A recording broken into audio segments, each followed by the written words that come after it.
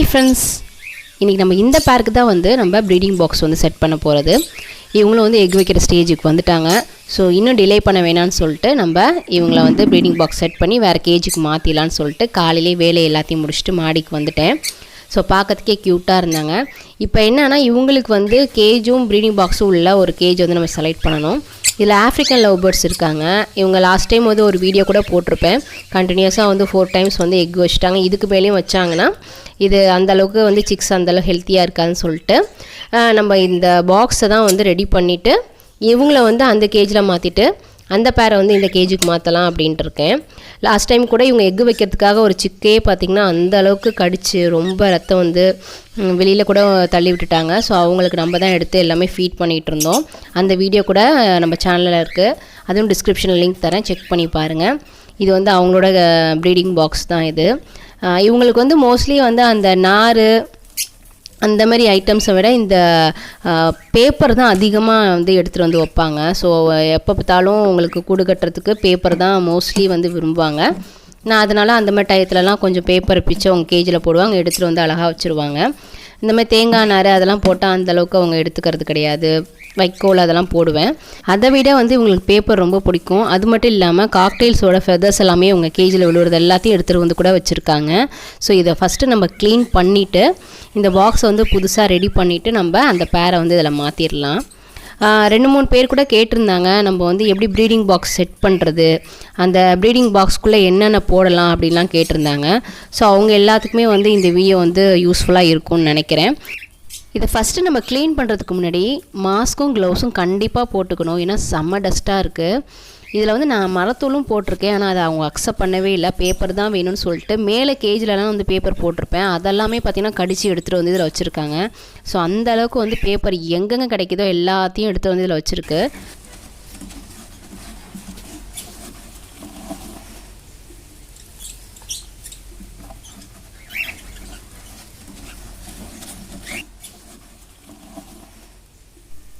இப்போ காக்டெயில் பொறுத்த வரைக்கும் பார்த்தா நம்ம அதுக்கு வந்து இந்த மாதிரி பேப்பர் வைக்கோல்லாம் போடணும்னு தேவையில்லை.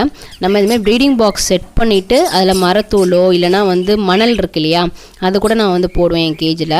ஸோ அந்த மாதிரி போட்டால் அவங்க வந்து அழகாக அதை ரெடி பண்ணிவிட்டு எக்கு வச்சுருவாங்க. ஆனால் ஆஃப்ரிக்கன் லவ் பேர்ட்ஸ் பொறுத்த வரைக்கும் நான் உள்ளே வந்து இதுமாதிரி மரத்தூள் போட்டாலும் சரி இல்லை வேறு எது போட்டு வச்சாலும் அவங்களுக்கு தனியாக வந்து கூடு கட்டுறதுக்காகவே வந்து நான் வைக்கோல் இல்லை தேங்காய் நார் இல்லைனா இந்த மாதிரி பேப்பர்லாம் வந்து லைட்டாக வந்து பிச்சு போட்டு விட்டுருவாங்க கேஜில். அவங்க எடுத்துகிட்டு வந்து இந்த ப்ரீடிங் பாக்ஸை வந்து அது மேலே கூடு கட்டிட்டு தான் அவங்க வந்து அவங்க எக்கே வைக்கிறாங்க. ஸோ நம்ம என்ன தான் உள்ளே போட்டாலும் அவங்க தனியாக வந்து ஒரு சின்னதாக வந்து கூடு மாதிரி கட்டுறாங்க. ஸோ அதுக்காக வந்து ஏதாவது கொடுக்கணும். இப்போ நம்ம இதை ஃபுல்லாகவே வந்து க்ளீன் பண்ணியாச்சு. இது பண்ணதுக்கப்புறம் பார்த்திங்கன்னா ஓரத்தில் வந்து அதோட டஸ்ட்டெல்லாம் வந்து ஒட்டி இருக்கும். ஸோ அதை எல்லாமே நல்லா நீட்டாக க்ளீன் பண்ணிவிட்டு அதுக்கப்புறம் நம்ம வந்து பேரை வந்து சேஞ்ச் பண்ணிடலாம். ஃபஸ்ட்டு வந்து நான் ஆஃப்ரிக்கன் லவ் பேர்ட்ஸ் வந்து இந்த கேஜுக்கு வந்து நான் மாற்றிடுறேன். மாற்றிட்டு அதுக்கப்புறம் வந்து நம்ம இந்த ப்ரீடிங் பாக்ஸை கழட்டிட்டு அதில் கொஞ்சம் வேலையெல்லாம் இருக்குது, அது பண்ணதுக்கப்புறம் நம்ம காக்டெயில்ஸை நம்ம அந்த கேஜுக்கு மாற்றிடலாம். இந்த ஆஃப்ரிக்கன் லவ் பேர்ட்ஸ் வந்து பிடிக்கிறது தான் எனக்கு கொஞ்சம் கஷ்டமான வேலையே. பிடிக்கிறதுக்குள்ளே அங்கேயும் இங்கேயுமா ஓடிக்கிட்டே இருக்கும். பார்த்தீங்கன்னா ரிவர்ஸ்லலாம் ஓடுது, மாட்டிக்கிச்சு. இது வந்து ஃபீமேல் பேர்டு, இது ஆக்சுவலாக அதுதான் ஃபஸ்ட்டு மாட்டியிருக்கு. ஸோ நம்ம இதை வந்து அந்த கேஜில் விட்டுடலாம்.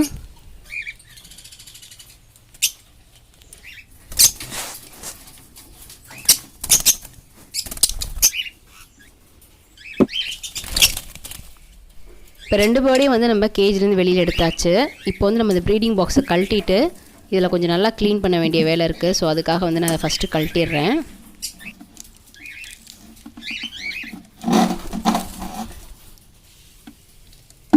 இப்போ என்னோடய பேர்டுக்கு வந்து நான் ப்ரீடிங் பாக்ஸ் செட் பண்ண போகிறேன் அப்படின்னா ஃபஸ்ட்டு இந்த பாக்ஸ் வந்து நல்லா நான் க்ளீன் பண்ணிடுவேன். ஏன்னா இந்தமாதிரி சின்ன சின்ன பூச்சிகள் இருக்கும். ஏன்னா இது வந்து உடன் பாக்ஸ் இல்லையா, கண்டிப்பாக அந்தமாதிரி பூச்சி இருக்கும். அது மட்டும் இல்லாமல் நம்ம ஆஃப்ரிக்கன் லவ் பேர்ட்ஸ் வந்து 2-3 டைம்ஸ் வந்து எக்கு கூட வச்சுருந்தாங்க. ஸோ அதனால் இது வந்து நல்லா க்ளீன் பண்ணிவிட்டு தான் நம்ம நெக்ஸ்ட் பேட்சை வந்து இந்த பாக்ஸில் வந்து சேஞ்ச் பண்ணணும். ஏன்னா இதில் சின்ன சின்ன ஸ்பைடர் கூட இருக்கும். இப்போ இந்த பாக்ஸ் மேலே பார்த்தாலே உங்களுக்கு தெரியும், இதில் வந்து சின்னதாக பூச்சி போயிட்டுருக்கு. இந்த மாதிரிலாம் இருக்கிறப்ப வந்து நம்ம புதுசாக வந்து ஒரு பேர்டு இதை விட்டோம் அப்படின்னா அது உள்ளே போகிறதுக்கே வந்து அக்செப்ட் பண்ணிக்காது. ஸோ அதனால தான் வந்து நல்லா நான் அதை க்ளீன் பண்ணிடுவேன்.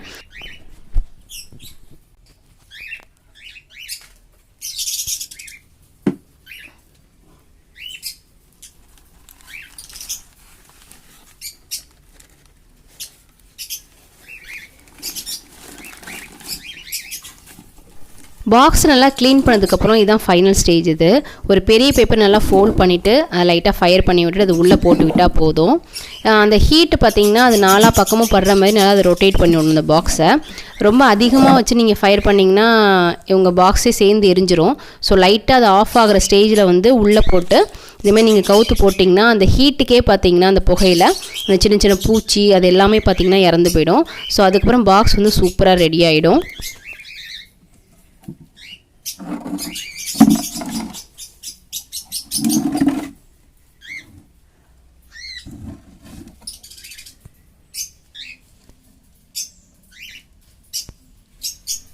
அவ்வளோதான், பாக்ஸ் வந்து ரெடி ஆயிடுச்சு.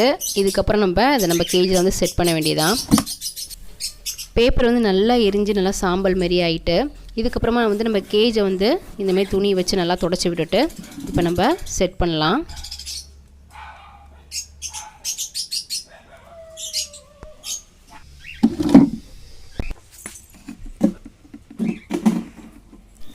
இப்போ நம்ம சப்ஸ்கிரைபர் வந்து ஒரு கொஸ்டின் கேட்டிருந்தாங்க. என்னோடய பேர்டு வந்து எக்கு வச்சுருக்காங்க, ஆனால் அந்த ப்ரீடிங் பாக்ஸ்குள்ளே வந்து மரத்தூளோ மணலோ எதுவுமே போடலை, இதனால என்னோடய எக்குக்கு வந்து ப்ராப்ளம் வருமா அப்படின்னு சொல்லி கேட்டிருந்தாங்க. நம்ம எதுக்காக இதெல்லாம் போடணும் அப்படிங்கிறது வந்து பேர்டு வந்து எக்கு வச்சதுக்கப்புறம் அது ஃபோர்ஸாக எந்திரிக்கிறப்பையோ இல்லை நம்ம வந்து இந்த பாக்ஸ் திறந்து செக் பண்ணிலாம் பார்ப்போம் இல்லையா, அந்த மாதிரி டயத்துலலாம் வந்து பேர்டு வந்து டக்குன்னு எந்திரிச்சு போகும். அந்த மாதிரி டயத்தில் என்ன ஆகும், நம்ம உள்ளே வந்து மணல்லாம் போடலை இல்லை மரத்தூள்லாம் போடலைன்னா அந்த எக்கு வந்து உருண்டு ஓடும். ஸோ அந்த மாதிரி டயத்தில் வந்து அந்த எக்கு வந்து டேமேஜ் ஆகும். அதுக்காக தான் வந்து நம்ம இதெல்லாம் உள்ளே போடணும் அப்படிங்கிறது. ஸோ இது கம்பல்சரி கிடையாது, மெயினான ரீசன் வந்து இதுதான். ஸோ நம்மக்கிட்ட வந்து மரத்தூள் கிடைக்கலனா கூட மணல் கூட நம்ம போட்டு விடலாம். ஸோ அது ஈஸியாக தான் கிடைக்கும். ஸோ எக்கு வந்து சேஃபாக இருக்கும், அதுக்காக தான். இப்போ நம்ம பாக்ஸ் வச்சோடனே பார்த்திங்கன்னா பேர்டு வந்து உள்ளேலாம் போகாது. அட்லீஸ்ட் ஒரு 2-3 நாளாவது டைம் எடுக்கும். அதுக்கப்புறம் தான் வந்து மேல் பேர்டு வந்து லைட்டாக போய் எட்டி பார்ப்பாங்க. ஸோ அதுக்கப்புறம் வந்து இந்த பாக்ஸ் வந்து சேஃபாக இருக்கா எப்படி இருக்குன்னு சொல்லிட்டு உள்ளே போய் செக் பண்ணதுக்கப்புறம் தான் ஃபீமேல் பேர்டு வந்து உள்ளேயே போவாங்க. இப்போ வந்து அவங்க எக்கு வச்சுருக்காங்க. இப்போ நம்ம லைட்டாக ஓப்பன் பண்ணி பார்க்கலாம். 2 பேர்டுமே வந்து உள்ளே தான் இருக்குது. இப்போ இந்த சைடு பார்த்திங்கன்னா நம்ம ஆல்பினோ பேருக்கு வந்து அந்த ப்ரீடிங் பாக்ஸ் செட் பண்ணியிருக்கேன். இவங்களும் வந்து எக்கு வச்சுருக்காங்க. லாஸ்ட் டைம் தான் வந்து நம்மளை ஏமாற்றிட்டாங்க. அந்த வீடியோ கூட நம்ம சேனலில் இருக்குது. எக் எப்படி செக் பண்ணி பார்க்கணுன்னு சொல்லி கூட நான் வந்து ஒரு அப்டேட் போட்டிருந்தேன். அதுவும் டிஸ்கிரிப்ஷனில் கொடுக்குறேன், செக் பண்ணி பாருங்கள். இந்த தடவையாவது இதில் சிக்ஸ் இருக்கணும்னு ரொம்ப ஆசையாக வெயிட் பண்ணுறேன். பார்ப்போம் இதோட ரிசல்ட்டும் எப்படி இருக்குன்னு வந்து அடுத்தடுத்த வீடியோவில் பார்க்கலாம். கண்டிப்பாக இந்த வீடியோ பிடிச்சிருக்குன்னு நினைக்கிறேன். பிடிச்சிருந்தா சின்னதாக லைக் பண்ணி உங்கள் ஃப்ரெண்ட்ஸ்க்கும் ஷேர் பண்ணுங்கள். நம்ம சேனலை சப்ஸ்கிரைப் பண்ணுங்கள். தேங்க்யூ.